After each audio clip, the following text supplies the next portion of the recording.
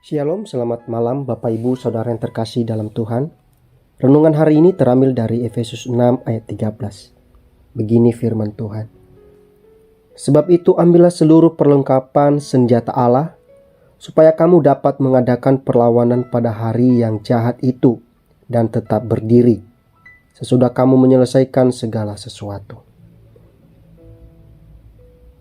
Bapak Ibu dan Saudara, kalau kita mengingat ketika waktu kita SD atau SMP, seringkali kita mengikuti yang namanya upacara barisan.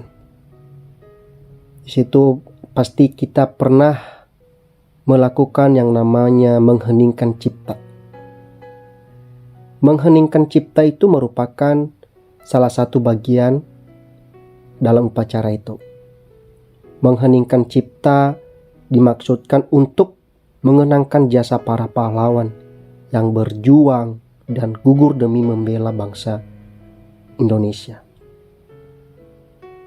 Kita terus mengingat bahwa perjuangan mereka tentu tidak boleh dilupakan begitu saja.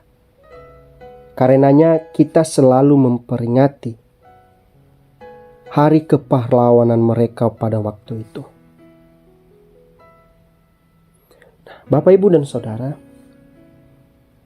sadar atau tidak, kita tetap juga adalah para pejuang. Bedanya kita tidak lagi berjuang secara fisik untuk melawan penjajah, tetapi berperang melawan tipu muslihat iblis. Setiap hari kita memerangi yang namanya dusta, kebencian, kemarahan, iri hati, dan dosa lain. Pertempuran ini tentu tidak bisa dianggap biasa-biasa saja.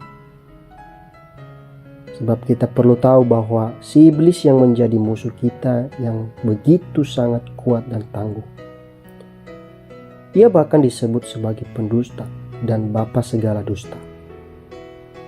Dengan kecerdikannya, iblis berusaha menyeret kita agar jatuh dalam berbagai dosa. Tapi beruntungnya kita tidak dibiarkan melewati pertempuran itu sendirian. Sebab sesungguhnya Allah telah memperlengkapi kita dengan perlengkapan senjatanya. Dengan perlengkapan itulah kita dapat menghancurkan setiap siasat yang dirancang oleh si iblis. Oleh dari itu, Allah bahkan ada di pihak kita. Jelas dikatakan di dalam Roma 8 ayat 31, jika Dia ada di pihak kita, siapa dapat melawan? Nah, Bapak, Ibu, dan Saudara, setiap perjuangan tentu disertai dengan tujuan. Saat ini kita berjuang bukan demi sesuatu yang fana, tetapi demi kekekalan. Dengan hidup yang sudah ditebus oleh darah Kristus Yesus. Sebabnya marilah kita berjuang sedemikian rupa untuk hidup bagi Tuhan, agar kita layak disebut sebagai anak-anak pemenang. Tuhan memberkati. Amin.